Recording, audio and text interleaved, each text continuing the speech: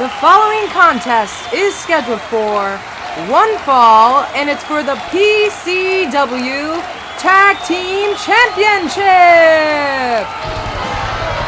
Coming down the aisle, your PCW Tag Team Champions, the men of 2,000 holds, Natal and Steve!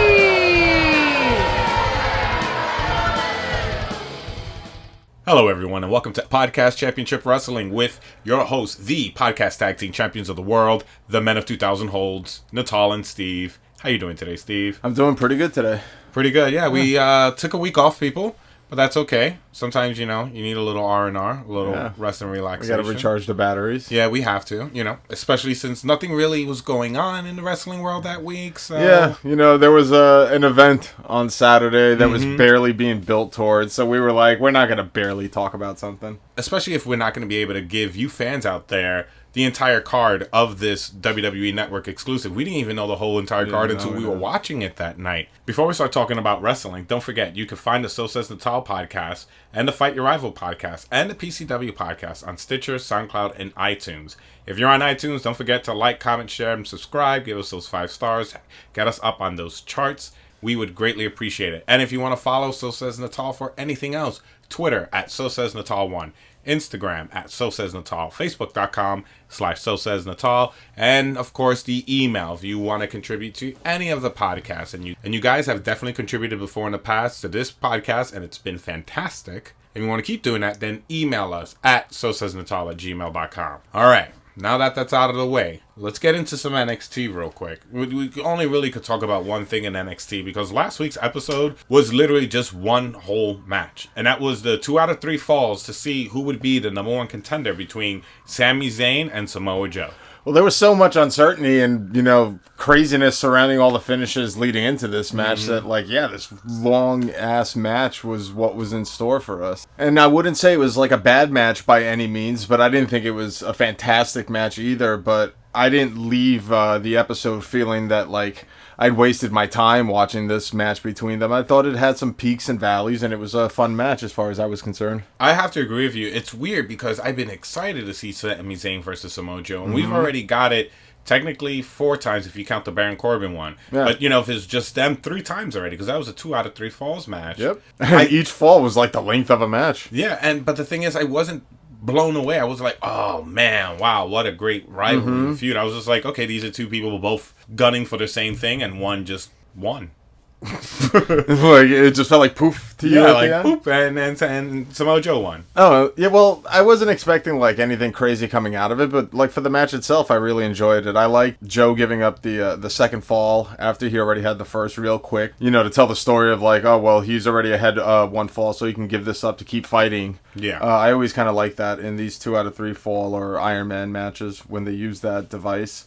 So we got that in this match. I thought it was cool. I thought the action was fun. It was hard-hitting. So I was fine with it at the end, and it was the result that I was hoping for, too. Because I did want to see Joe and Balor again, so I'm happy with it. I'm happy with the end result as well, because, again, I want to see Samoa Joe against Balor as well, but I want to see Samoa Joe with that title. He already went for it once and didn't succeed, and I hope the second time around he finally does. It's not that I'm bored of Finn Balor in any way, shape, or form. It's just I kind of want to see Samoa Joe take the title. Yeah, I like Samoa Joe, and it'll make him look like a monster. That he can back up all his claims, something that's lacking everywhere right now. The only drawback of NXT airing on Wednesday is, since we didn't talk about wrestling last week, Sami Zayn showed up on Monday Night Raw. Yeah. So with him showing up on Monday Night Raw to continue this feud he's had with Kevin Owens, when going into the match and watching the Samoa Joe Sami Zayn match, I kind of felt like I knew what the finish would be, because I'm I think they're already pushing him to the main roster. Yeah, I could see getting that feel too, but you didn't think they might have worked him the way they did Owens at the beginning, where Owens was kind of heavy lifting both of them? That would work really well, but he would have 2 major feuds he would have to deal with if he's doing Kevin Owens and Finn Balor. That's just 2, because Kevin Owens is IC champ as well. Yeah. It would be a lot. And also, he ain't no Kevin Owens. Kevin Owens could do it. He beat John Cena his first night. So that's all I gotta say. What happened after that first night? Yeah, it is what it is. But we finally got our answer. Samoa Joe versus Finn Balor. That's going to be at the next NXT Takeover. Takeover Dallas. Yeah, Takeover Dallas. I'm excited. I can't wait. I hope it's a standard match. If it's a ladder match or another stipulation match, I'm down for that too. That'd be really interesting. Yeah, I mean, it's their second match together, so why not? I don't want to see like a ladder match again, but why not some kind of like no DQ stipulation? Yeah, like up the ante in any way, shape, or form. And that would help out a lot. Yeah.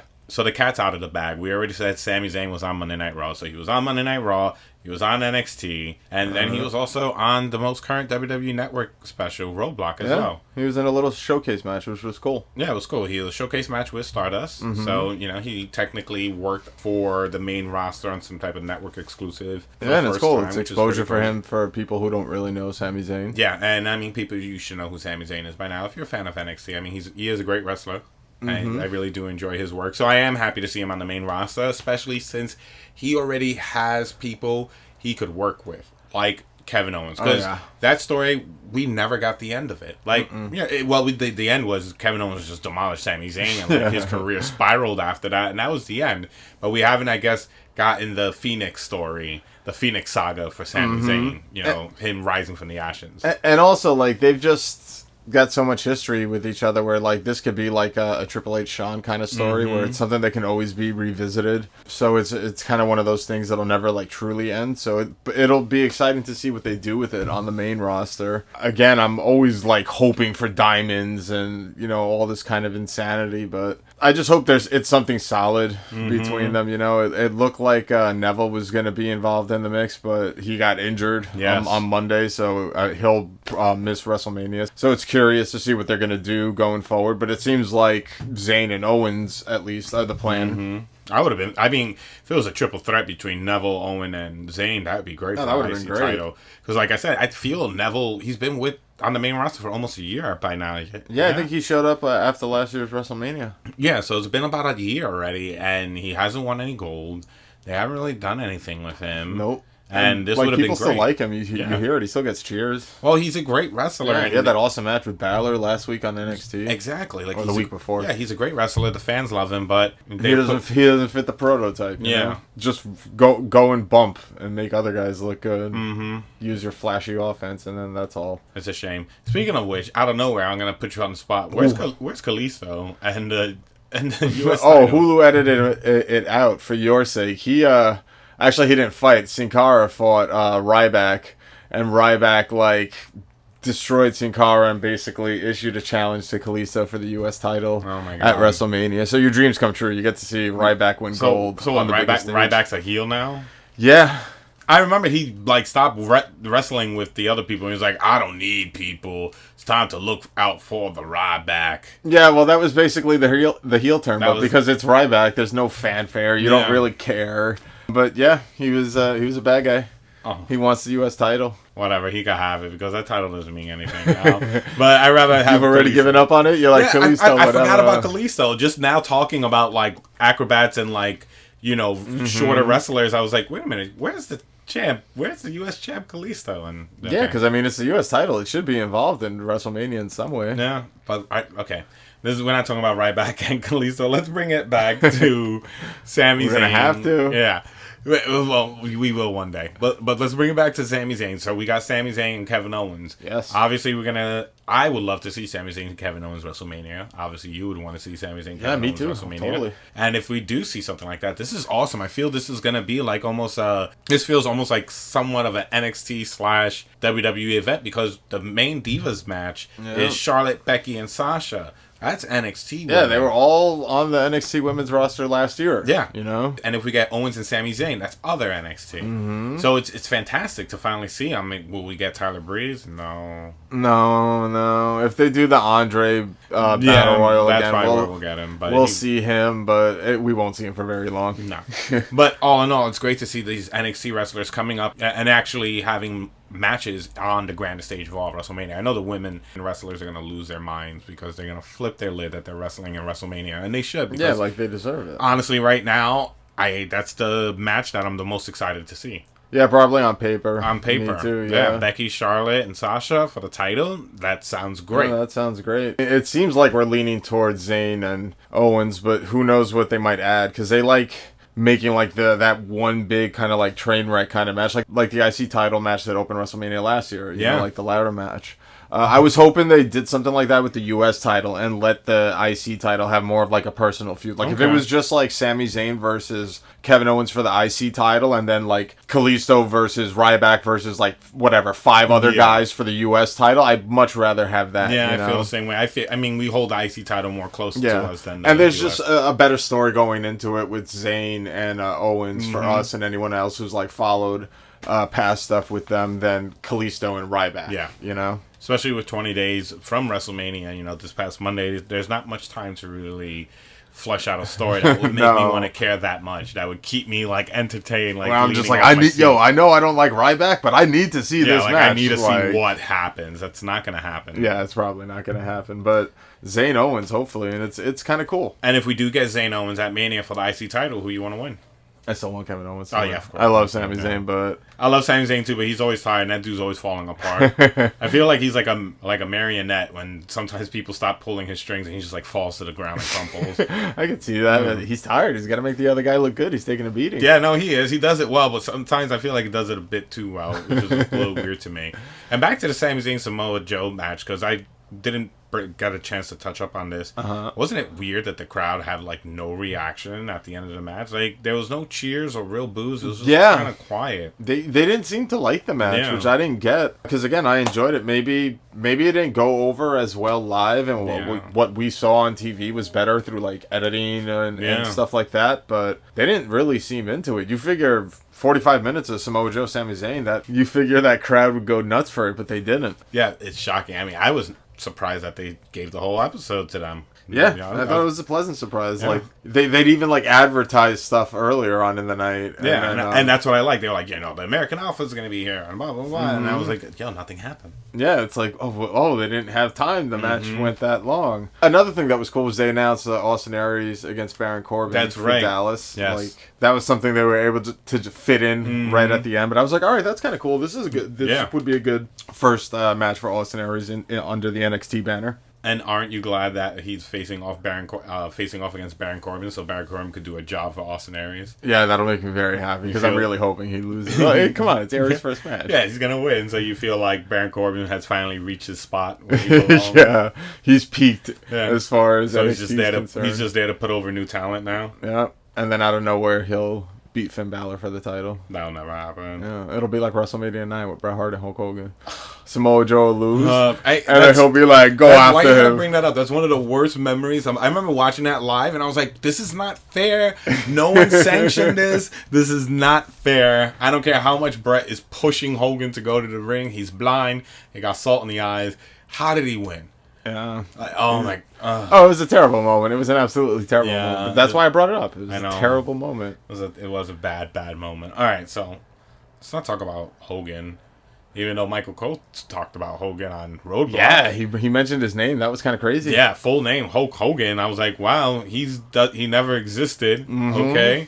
He's the one that you don't say his name. That's Candyman. Who knows? Maybe it's starting to fade away a little bit. I think he just messed up real bad. It's also WrestleMania season. It's hard to not talk about him when it comes to WrestleMania because whether we love him or hate him, he was a big part of the first 9. Yeah.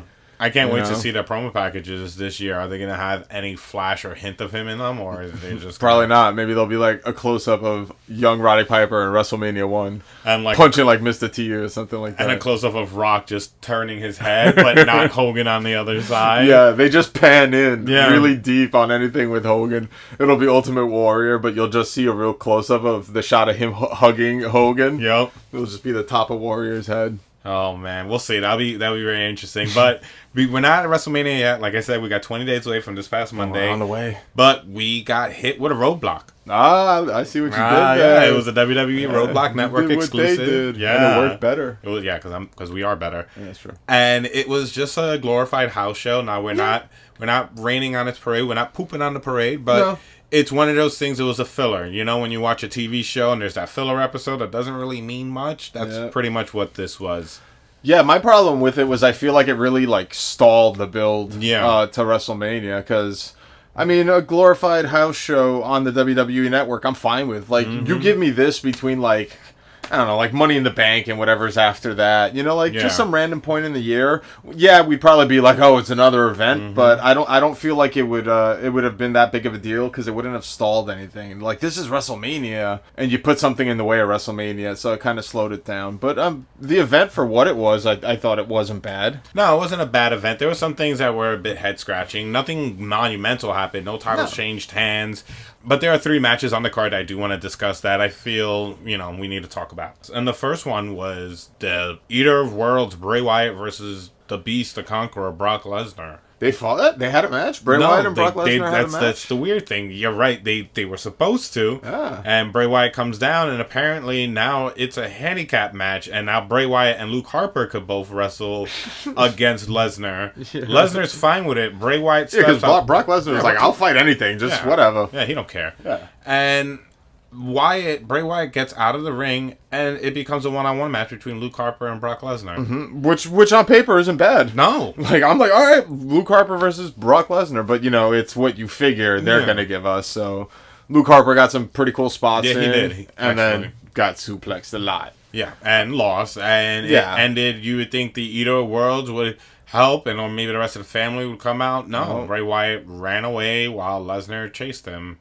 Slowly. Yeah, that's what really bothered me. Like, it was already kind of annoying that Bray was just on the outside for the whole match and never once got involved. But then at the end, no contact or anything with Brock, and like runs away and looked scared. Like he just looked like a complete chicken. And it's like, why should I buy into Bray Wyatt for anything? Like, he just picked a fight with Brock Lesnar, didn't fight, and then ran away. And it's upsetting that they keep going down this road because we say we love Bray Wyatt, but he is just full of hot air. He says all these amazing things and nothing happens. So, especially now you're running away, which is even worse. Yeah, it's just like a complete visual of how scared you are. In January, all you guys were throwing him over the ropes at Royal Rumble, and fast forward now in March, you're running away. Yeah, that really bothered me. So, not only did they basically not give us what was advertised, even though card subject to change, but then you just made Bray look like a complete loser coming out of it. Yeah, they shouldn't have done a 2-on-1. He should have said that he doesn't need to face Lesnar, that he has to prove himself to get to him, so he has to face off against Luke Harper. Yeah. Something like that. Okay, as opposed to this is a 2-on-1 and I'm never there. Yeah, seriously. Also, I like the fact that Bray can now book matches too. Yeah. But he wears shirts. He wears 2 shirts. He does. And maybe it's you got to wear no shirt or 2 shirts. Oh, okay. There's either 2 shirt, no shirt policy, and that's how it breaks down. It's a rough policy. Yeah, whether or not you could control your fate in the WWE. So the next match I want to go over real quick is the Divas match because it was for the Divas title. It was Charlotte versus Natalya, which was awesome because I really love Natty, and it's great to finally see her wrestling and not just randomly on Superstars or main event. Like, she's actually wrestling, and it's a house show, and so it's pretty cool. And they had a good match. They gave them good time. Almost like 15 minutes, I'd say. Yeah, probably maybe that around that time frame, and it was very well. The only thing I have to say, kind of negative about the match is Ric Flair needs to stop interfering. His interferences are just so restricted, and you could tell they're so PG, and he doesn't know how to control himself correctly. I like the idea of him just slapping his shoulders, doing the woo jive thing. It's just weird, but why would that upset you? You know I don't know. Like, as a wrestler, I'd be like, whatever, ignore him. But for everyone to get so upset or distraught over it, it's a bit much. I don't know. Maybe it's like, you know how people just have things. Like, some people don't like the sound of wrestling plastic bags. Yeah, well, but everyone on the roster hates the visual of Ric Flair doing his slappy thing, and they need to address it at that moment. Well, whatever the case may be, Ric Flair did definitely do some woos and slap some his shoulders during the match. And did he actually do that one? I can't remember. He probably. I don't care. And Charlotte ends up retaining the title. Like we said, no surprises here. So I'm going to Mania to defend it. But it was still a good match. It was a great exhibition. Yeah, it was a fun match. I mean, obviously it's not like a great match or like match of the year candidate, but it was like one of those things where watching it, you're like, yeah, I was entertained by this match. They did a good job. No like blown spots. Pretty cool story told in the match. Natty with a cool shirt. Pandering to the crowd. I really want that shirt. I checked. WWE Network doesn't sell that. The WWE shop doesn't sell that shirt. It can. It's got Owen Hart on it. I know. It's a shame. I gotta find where she got it. Probably ProWrestlingTees.com. Who knows? Anyway, let's go back to the Roadblock, and it's the last match I want to discuss, and it's the best match and the most important match because It is our current WWE World Heavyweight Champion, the Game Triple H, Cerebral Assassin, the King of Kings, defending the title against the Lunatic Fringe, the Unstoppable One, Dean Ambrose. But you said best match. Best match was Chris Jericho versus Jack Swagger. No, I even forgot that happened. I thank you for. It wasn't a bad match. It was a match. It was a match, but I love Chris Jericho's promo. Oh, the promo at the beginning was fantastic. Heel Jericho at its finest. Full blown heel Jericho. Beautiful. And the fact, I don't know if you picked this up, but at the end of the match, a fan had a Get Well Brett sign, and that's what he grabbed and ripped it in half on the way out. Thought it was beautiful. Incredible. We all know how much respect he has for the Hart family and everything, but for being a heel and going that far is fantastic because we really don't see that. You don't see that too much anymore, and I love when Jericho does that. Yeah, the promo at the beginning was great, talking about how he's like the greatest thing to come out of Canada, and it makes him sick. Yeah, I thought it was just hysterical. It was good old school heel Jericho. Yeah, you can't go wrong with that. Can't go wrong. The booking's kind of weird. He like craps all over Canada, and then here comes like America's guy to help Canada. But again, like the match is like nothing to go out of your way and see. But after like the 10 minutes, I was like, all right, that wasn't bad. Yeah, I mean, I wanted Jericho to win. He better have won, and he did. Yes, like I like Swagger, but he means nothing. But no, you were right. The Ambrose Triple H match was the best match. It was on the card, and it's not because of that. It's because their greatest wrestler, Triple H, is on the roster now wrestling. Yeah, that's exactly why. Yeah, he's Triple H. He's the best, and I gotta say, for a man who hasn't wrestled since Mania, facing against Sting. He looked pretty good. Yeah. Did a good job. No, he didn't have crazy Forrest Gump braces on. It was really weird to see his knees normal. I was like, wow. Yeah. I'm used to you with, like, attachments to your body part looking like Ripley from Aliens. you know what I mean? I know exactly what you mean. Or shaking Terminator skulls or something. Like, you just came out normal with like normal Triple H? Yeah. But no knee braces. Yeah, it was so weird. But it was a cool match. I liked the beginning a lot. It was old school. It was really slow at the beginning, and it cut the pace. And it made, when it picked up near the end, it made it seem that much more of a big deal because of the slow pace at the beginning. I hated the spot where Ambrose hit Dirty Deeds and got the visual pin, but his foot was under the rope. Like I hated that. Because, again, it's the second time where it's like, well, we want to protect Ambrose in these world title matches, but we don't want to give him to him. Because, like the Dusty finish with Rollins at Elimination. Was it Elimination Chamber? Whatever, last year. Yeah. And now this one, again, where like we get the visual win, but the ref breaks it up. But it wasn't a bad match at all. They told a good story. They gave him a lot of time. And, I mean, for a guy that hasn't wrestled in about a year, like Triple H went like 20-some-odd minutes with Ambrose. He did a good job. He looked great. It was a great match. I think I read a couple of people's responses to the match on social media, and all of them were just saying the same thing. Like, wow, that match was a lot better than we expected. They thought it would have been good, but not as good as what they did. And I think that's just a testament to both competitors in the ring. Triple H with his in-ring skill and his years of being a wrestler, and just Dean Ambrose being able to put on a show. Whatever. I'm pretty sure the WWE Network edited out the "you still got it" chance that they gave to Triple H. That has been. No, he's not a has been. He's a has now, and he's he's happening right now because he is your current WWE World Heavyweight Champion. Disgusting. But after the first week of April, after WrestleMania, would he still be our current WWE World Heavyweight Champion? Our 14-time WWE World Heavyweight Champion? We're not sure, because we're not in April yet, and we're not fortune tellers. But no, I'm a fortune teller. I could tell you no. Yeah, I know. Not. I know also, but come on. Santa's real. But we're going to take a quick commercial break. But the Easter Bunny is not. He hangs out with Santa. Before we crush any more of your childhood memories, we're going to take a quick commercial break. And when we come back, we are done with the roadblock. We are continuing on this road to WrestleMania. And we're going to discuss everything that happened on Monday Night Raw. You can catch Natal on 3 separate podcasts. Yes, 3. You can catch him on Fight Your Rival with Michael Andronico, Podcast Championship Wrestling with the other half of The Men of 2000 Holds, Steve, and So Says Natal Podcasts. You can find all 3 podcasts on SoundCloud, iTunes, and Stitcher. And you can follow him on Twitter at SoSaysNatal1, on Instagram at SoSaysNatal, and on Facebook, facebook.com/SoSaysNatal. You can support any of the podcasts by sending your comments, questions, and suggestions to sosaysnatal@gmail.com. Don't forget to like and subscribe across all platforms. You have just been educated. Welcome back to Podcast Championship Wrestling, hosted by the Podcast Tag Team Champions of the World, the Men of 2000 Holds. Now that we're back from break, let's talk about Monday Night Raw. We're not going to talk about everything. We lied before we went to commercial break. That's what we do on PCW. Oh yeah, that's what we do. You don't want us to talk about everything anyway. Yeah. Not on this episode of Raw. And remember, rule number 1, the doctor always lies. Yeah. The Men of 2000 Holds always lie. So let's start off with the opening segment of Monday Night Raw, and that was with the New Day, talking about how they are 2-time current WWE Tag Team Champions, and how the League of Nations is the League of Booty. And we gotta buy our bootios. And we have to buy our bootios and everything else. Again, don't get us wrong, we love the New Day, but they are just stuffing them down our throats. Yeah. They have like a promo in everything. They had a promo on Roadblock. They have a promo at every pay-per-view. Mm-hmm. And it seems like they're faces now. Yeah, and that's what we're getting into. And now they're faces. I mean, the New Day sucks.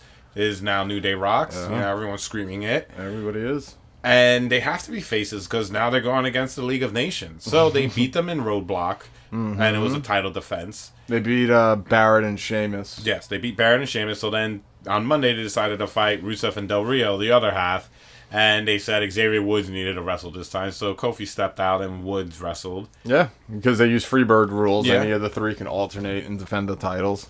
So with the Freebird rules in effect, the New Day came out the victors. They won their match. But then the League of Nations proceeded to beat the living crap out of them. Yeah, they beat them down. They beat them down and beat them down hard. Mm-hmm. And they got booed out. And basically, I guess we saw that New Day face turn. Like their faces. Yeah, like officially now because they got beat up after the match by the bad guys.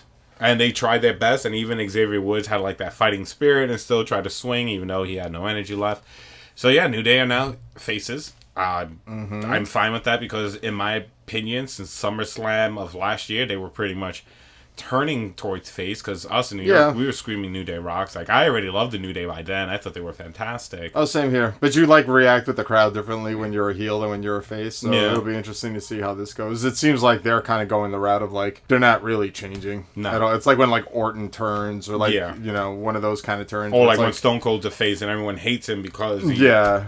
It's like, you're not really changing your character much at all. It's just the crowd's cheering for you now. Yeah, and then later on in the night, Sheamus forgot to make it seem like he cared, but it seems like at WrestleMania we're getting the New Day against the League of Nations for the tag titles at WrestleMania, which I don't know if I care. But that should really solidify the New Day as the baby faces, and this is where we are going forward. So I got to get on board soon because right now I'm just kind of about it all. Well, it just came out of nowhere. We got 20 days. Hopefully, it'll flesh the story out more in the next 20 days.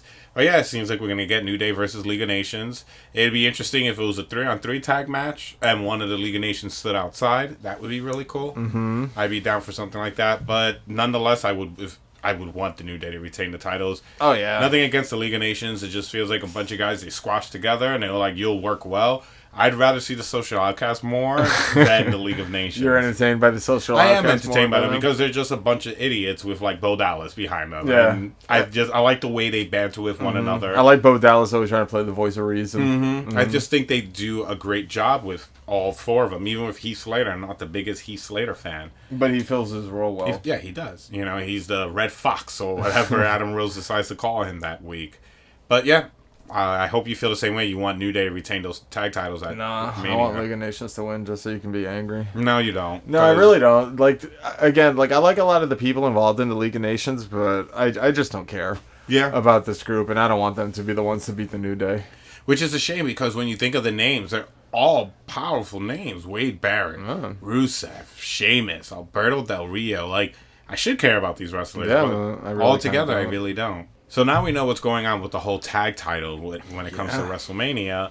Let's switch gears back to the WWE World Heavyweight title. Remember, Triple H just successfully defended the title against Dean Ambrose. Yeah, so the guy he's feuding with, Roman Reigns, should be around, right? Yeah, he should. I mean, he got his face broken a while ago, and he hasn't been around since. And, I'm not complaining, but he has to show up because... He's got to show up. He's in the main event. He's in the main event. So... Steph and Triple H were in the ring talking about how all of us are losers and basically trying to really get the crowd to turn on them, but they don't have to try that much because we already dislike them that much because of the way they're running the company. Just like Shane O'Mac says and blah, blah, blah, blah, blah. That's a shoot. That is definitely a shoot. And while they're talking, Ziggler comes out dressed up nice and he's complaining that they can't scare him anymore by hanging them firing over his head every single day, and he has nothing to fight for anymore, so he's gonna fight for nothing, and he lives for love, and he's too fast for love and too hot for love. And I really wish I cared, because like I like Dolph so much, but they pounded it into my head that's like, yeah, that height he reached like 2-3 years ago, that's as far as it was going, so it was hard for me to get excited with Dolph coming out, but like I guess it led to something. Yeah, it led to one of my early Christmas gifts is seeing Triple H wrestle in the ring. I saw him on Roadblock, and now I get to see him at Monday Night Raw because it was Triple H versus Dolph Ziggler. And if Ziggler beat Triple H, like if that was ever going to happen, he would have been able to get a match at WrestleMania. And of course, Triple H beats him. So Ziggler doesn't get his match at Mania. Nope, no WrestleMania payday for you, Dolph. Yeah, sorry, Dolph. Maybe you could go back to Cleveland where everyone misses you. Me and Steve are like, well, Roman Reigns has to show up. And then finally, he did show up. You hear the music, that same Shield music that we've heard for so many years. And of course, what do we all do? We go looking in the stands because that's what he do.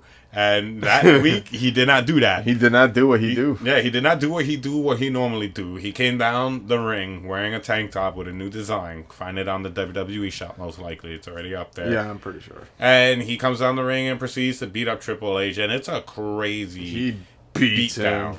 Like, they fight all the way to the outside. He busts Triple H's head open on the side. He's all crimson red on one side, looking like the Red Skull. And Roman Reigns beats him with a fake television. But it totally was a fake television. It was totally a fake television, but it looked really good. It was a nice aesthetic when it happened. Yeah, it looked cool, yeah. It was really cool. Show how angry he is. And we've seen him flip before, but it's about time he's gone really rogue. Like, he's really flipped his lid. And now he actually has a reason to beat up Triple H. Not like before when Triple H went to shake his hand and he just started beating him up for no reasons. Yeah, this was like, I came in and took the title away from you, and then I put you on the shelf for a few weeks. Yeah. So Roman Reigns is back. His face looks the same. They said he went extensive facial reconstruction surgery.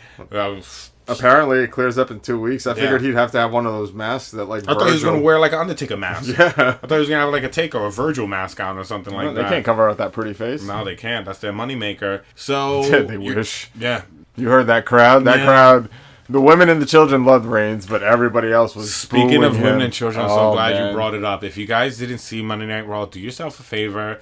Watch the end when Roman Reigns and Triple H are fighting and Roman Reigns is beating up Triple H. Right before they go up the ramp to the Titantron, there's this woman in the front row losing her marbles. Just going crazy. Over Roman Reigns, trying to touch him, trying to get his attention to take a photo with her. But she's like hyperventilating at the same time, so she can't get it out. And I'm like, okay, I understand you're excited because it's Roman Reigns, but you think really in the middle of it, he's going to take a selfie with you while he's beating up on Triple H? Yeah, like he's in the middle of this vicious beatdown, and he's like, yeah, hold on. Yeah, hold on. Smiles, takes a picture. But yeah, it was just funny to watch her just absolutely lose her mind. And it was perfect timing because we were like, look at the crowd, everyone's booing. You're like, women and children are screaming for him, and then we just saw the prime example. The woman, like, cheering for him. They must have added him. They'll put a mic on her. Like, she is ecstatic. So after after they fight near the crazy fan that was losing her mind over Roman Reigns, they go outside, and you're wondering, nothing's stopping Roman Reigns. Triple H should be dead by now. No, luckily, the Usos come out, and a couple of other wrestlers in the back. I think Swagger was one of them as well. And they tell Roman Reigns to calm down, to take it easy. And it wasn't really much of like a talk down. It was just like, calm down. He was like, oh, okay. Yeah. Sorry. Like, he snapped out of it, almost. I mean, he's not the greatest of actors. That's why they don't put him on the mic so much. He doesn't have the greatest mic skills. Yeah. But it's still, it sucks. I mean, I wonder if WWE is just going to let it ride and be like, you know what, F this. We tried so hard to have the crowd behind this guy, but they keep booing him. We're just going to let them do whatever they want with him. And it worked for The Rock, kind of. But The Rock is charismatic, and The Rock was a great personality for sports entertainment. Yeah, but they straight up turned him heel because of it. It seems like they're hell-bent against doing that with Reigns. Like, they want Reigns to be a babyface, so it's tough because he's not getting the cheers that the company wants him to be getting. No, and it's crazy because Triple H is getting his boos and everything. You're like, cool, heel champion. And then Reigns is supposed to come out. You're supposed to get a pop, a huge pop. Oh, my God, you're beating up the champ, the bad guy, the corporate guy. No, they got booed. Yeah, he got booed for beating up the bad guy. Like, it's audibly split, you know? Yeah. Like, you really hear the difference in the cheers and the boos in the crowd for him. But I'm sorry, it just makes me laugh because I'm not the biggest Roman Reigns fan. So just kind of like watching it all unfold, it makes me chuckle. No, I'm in the same boat as you. I'm not the biggest Roman Reigns fan. I was like, look at this. It's what we know what's going to happen. And so to see it happen, it just makes me laugh. Yeah, it does. But you're excited because he's fighting Triple H. I'm excited because Triple H is 14-time current WWE World Heavyweight Champion. He's the game, the cerebral assassin, the King of Kings. Of course, I love Triple H. He's fantastic. But you think I'm going to be happy to see him do a job to Reigns and give him back the title? And now he's a 3-time WWE World Heavyweight Champion. Yes. And Rollins only held the title once, and he never even lost it. Yeah, seriously, he had a long reign, never even lost the title. He's got a built-in story for when he comes back, though. Yeah, he does. He's never lost story. It. And I hope Reigns keeps it so he could drop it to Rollins. I don't want Rollins to lose to Reigns and then be like, "Oh my God, you're the best," and then Rollins becomes his manager. That's gonna happen. No, it's not gonna happen. Yeah, he's not gonna become the Paul Heyman for Roman Reigns. He will. Seth Rollins will become the advocate, and Kevin Owens will spit shine Roman Reigns' shoes. He'll carry the title for him because Roman Reigns doesn't want to carry it. And that's the closest he'll get to being a prize fighter. Kevin Owens' new job is going to be he's got to hold Roman Reigns' hair up because he doesn't want his hair touching his shoulders. I agree. Even during the match. Yeah. So he has to take all the falls and stuff. He'll be the new Damian Mizdow. Never. Kevin Owens is the greatest. He's going to actually pull a Hogan at Mania, and he's going to come in and pin Reigns for the title and win the title. And then he's going to pull a WrestleMania 6 Warrior, and he's going to hold both titles, and a giant KO is going to burst into sparkles behind him, cool. And he's going to hold both titles up, and that's how Mania is going to end this year. Kevin Owens is going to come out wearing 2 shirts, book a match, take them both off, have no shirts, and book a match just to make sure, and then he knows the no shirt, 2 shirt rule. Yeah. He definitely knows what's going on with that. All right, now that we're done talking about our fantasy WrestleMania where Kevin Owens just swallows everyone and beats everybody because that's what he should be doing because he's the man. We got one last crazy WrestleMania match to talk about, and that's the Shane O'Mac versus The Undertaker match. We skipped a week. So the last time on PCW, we said The Undertaker came out, spoke with Vince, choked him, and told Vince, "I'll kill your son, but the blood is on your hands." And Vince McMahon was like, "That's fine. He's no son of mine. He's a son of a bitch. Yeah, so don't worry. Don't worry. Doesn't bother me. No skin off my nose." So Shane last week on Raw came out and talked the talk, and he was just talking. He's like, "I'm doing this for my sons. I'm doing it for the future of wrestling. Wrestling's going down the toilet because of everything that's happening right now because of my father and my stupid sister and this, that, and the third." And, what he's saying is true. It's a shoot. It's a shoot. Like, it's true. Like, wrestling isn't as great as it used to be and stuff like that. Will Shane be able to turn it around? Who knows? No. Of course. Vince is still the one in charge. He still has the final word. But still, let's say in the story version of it, hypothetically, let's say before we get into what happened on Raw, if Shane does beat Taker is now 22-2 at Mania, and Shane takes over Raw, do you think there would be any major change, or do you think Shane would push somebody? Because he said apparently he would push more people on the roster and switch some of the main players around.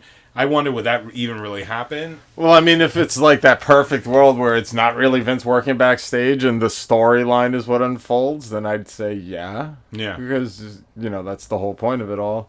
But I don't know. I don't feel like Shane's going to win. No, I don't think The Undertaker. So. You can't have The Undertaker lose to Shane McMahon. That would really piss me off. Like, I was actually, like, I didn't love the streak ending, but I would have been better with the streak ending than Taker losing to Shane this year. I can see that. When I first saw Taker lose and the streak was ended, first thing out of my mouth was, they better have big plans for Lesnar. Because if he beats Taker's streak and then he doesn't do anything, that's going to be worthless. Yeah. It's going to be a waste, and they could have just left him with the streak. yes, I understand. No one's ever going to get up to even 21-0. No.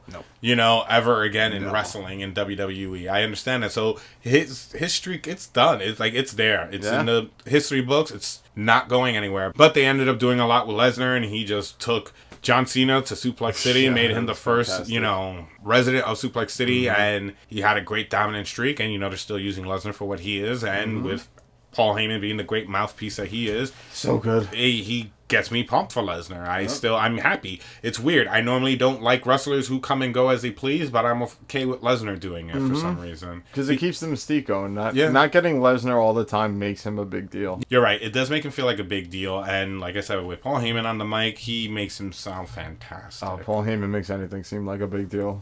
So back to the whole Shane McMahon, Vince McMahon WrestleMania thing. So this week, Vince came out again, called out the Undertaker. Undertaker came out, which is great for anyone who's never seen an Undertaker entrance. Good for the people on Monday Night Raw. You may not be seeing him wrestle, but at least you're experiencing that Undertaker entrance. I doubt we're going to be seeing that entrance a lot anytime soon. So take it in while you can. It's still fantastic. And you're getting the full pay-per-view Undertaker entrance. You're not getting like a standard Raw one. You're getting the flames, the pyro, all that stuff. All that stuff. It's pretty awesome. Yeah, it's awesome. It's great to see. It's worth it every single time. And he deserves it. Like we said, he's been in wrestling for over 20 years. And it's the Undertaker. Yeah, even Hulu doesn't edit it out. Yeah, they know better. I think it's in their clause that Undertaker will haunt them in their dreams, or they'll find him in their kitchen making a casket for them, old school style. So they have to keep the Taker segment. So Taker comes in, and Vince McMahon tells him, "Don't put your hands on my neck, please. Don't do that." And Shane O'Mac finally comes out. So we got Shane O'Mac, Taker, and Vince finally in the ring all together. It took 3 weeks, but they're finally in the ring together. Shane McMahon. Yeah, you were kind of excited for it. Yeah, it was cool. I was pumped for it. I was like, cool. Now, because we're going to see Shane and Taker face to face finally. Because these are the two guys wrestling. And how's Taker going to take it? Is Taker going to turn, or what's his story about this? I understand he's an employee of the WWE and you're doing as your boss says, but will there be that hint of doubt? Will there be that glimmer of hope that maybe he'll throw the match because he does believe in Shane McMahon? Yeah, because they haven't even really told that story very well. Like right now we're kind of just taking it for granted that it's like, well, this is why Taker's doing the match, because it's like, well, this is my boss, I gotta do what the boss says. Yeah, but there's really been no development as to why. Yeah, he's just so like, all right, I'll do it. They're not like pushing Taker to fight this fight.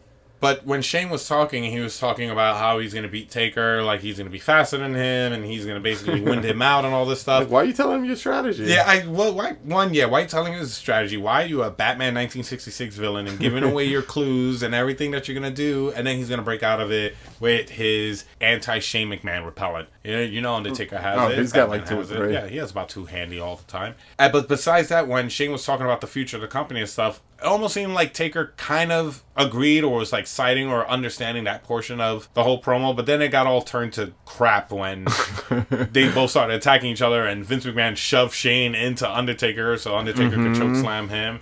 But Shane looked good. Actually like that though. Yeah. I was like, that's very true to like what Vince would do. Yeah. No, it was great. I mean, it's Vince. I love Vince McMahon. As bad as he is right now at what he does, he still entertains me when he's in the ring. He always knows how to make himself look good. Yeah, he does. Especially with him, like, me walking down, sticking out my 52-inch chest. I'm like, of course you need to mention that. You're 74 years old and you're ripped like no one's business. But anyway, back to the whole thing. It was cool to see him shove Shane into Taker's grasp and Taker chokeslamming him. But even when Taker left and Vince McMahon was walking up the ring, like, smiling to himself, you could tell that he wasn't happy with Vince. He's not really ecstatic that he's doing this. So I'm thinking maybe, would you be fine if, like, story-wise, you could tell Taker throws the match, or he, like, says it afterwards. He's like, I did it so Shane could run it. Would you be okay with Taker losing at Mania to Shane in order for that to progress the story? I mean, he lost to Lesnar to progress Lesnar's career. What about, like, a new turn into Raw? If it, like, actually changed things, then, well, yeah. But if it's If it's like what happened at that Survivor Series where Dolph Ziggler got rid of the Authority and then a month later we were back to the status quo, then absolutely not. And yeah, I forgot about that. That would always be my fear, because I don't imagine Shane being like a full-time player in the company again, so eventually he's going to go away. It's going to be like after every WrestleMania season, some of the bigger names are going to start disappearing and you got to rely on the other guys to keep the company going again. And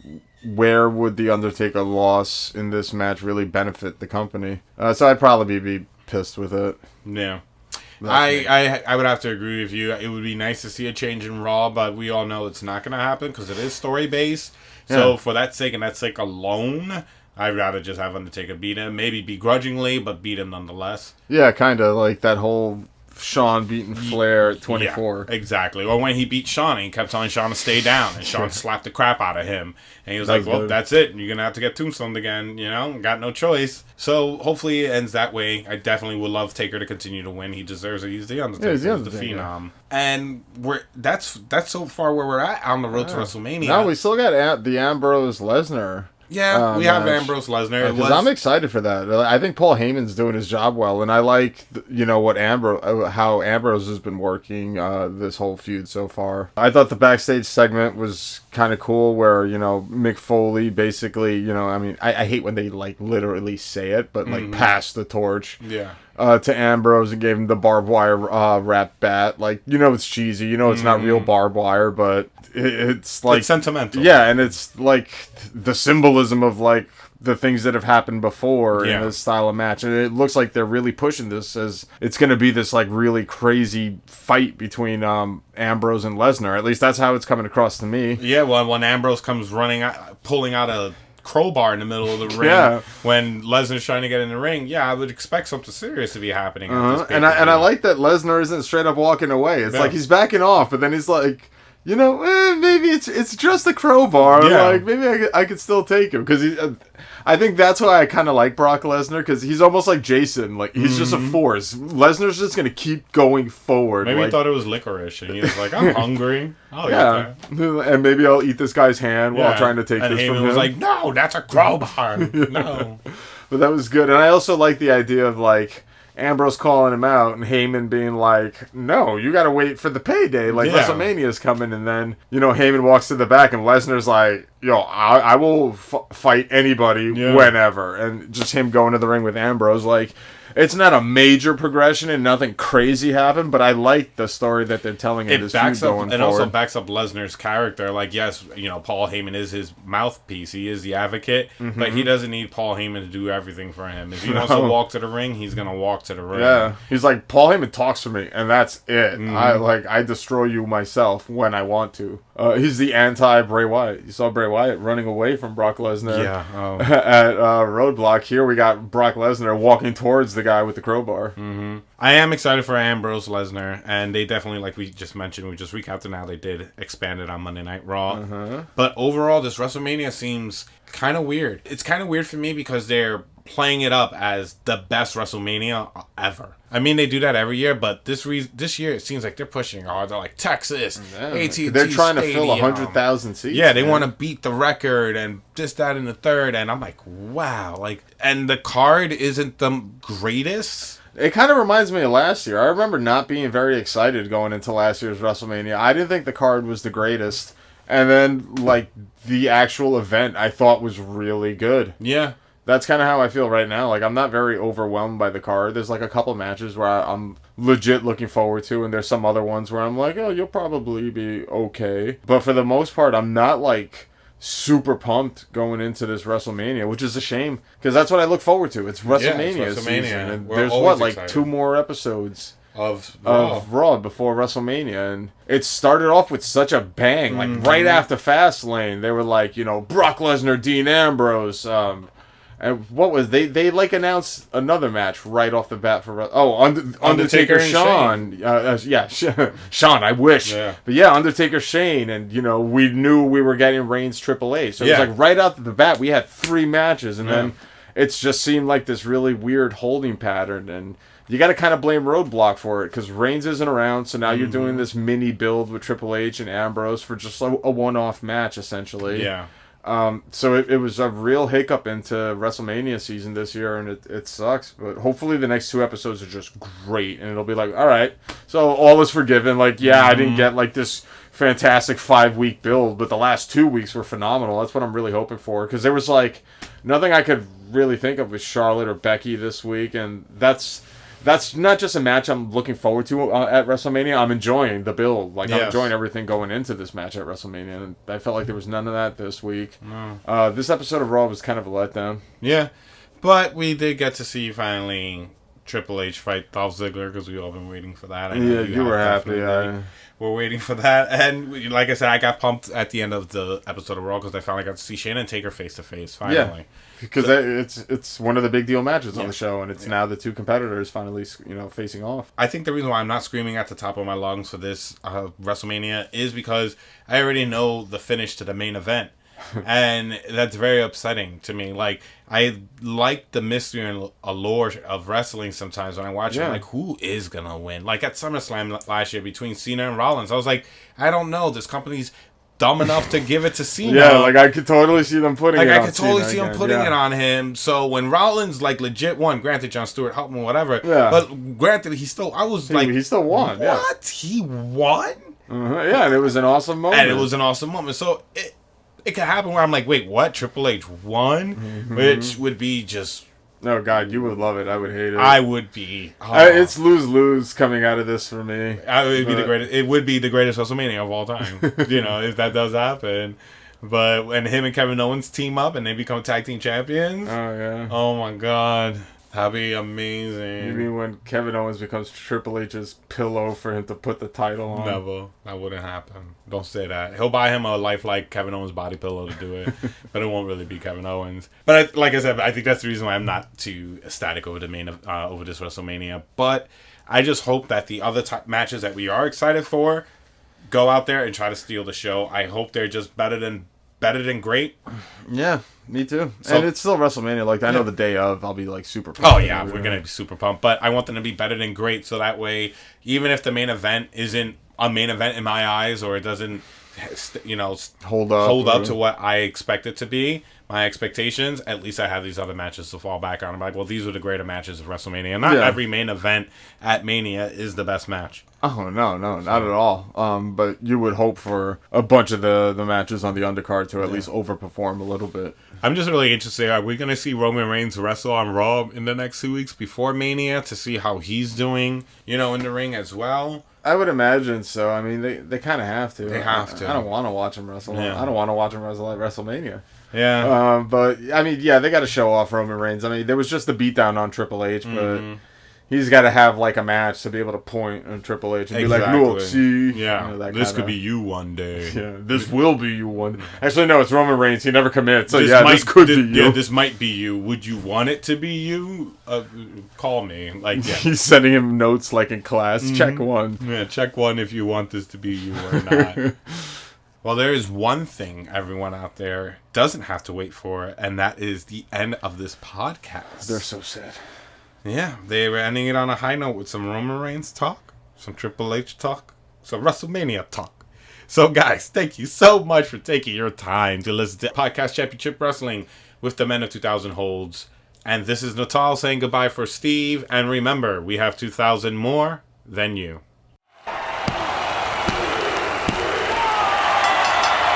The winners of this match, and still PCW Tag Team Champions, the Men of 2000 Holds, Natal and Steve.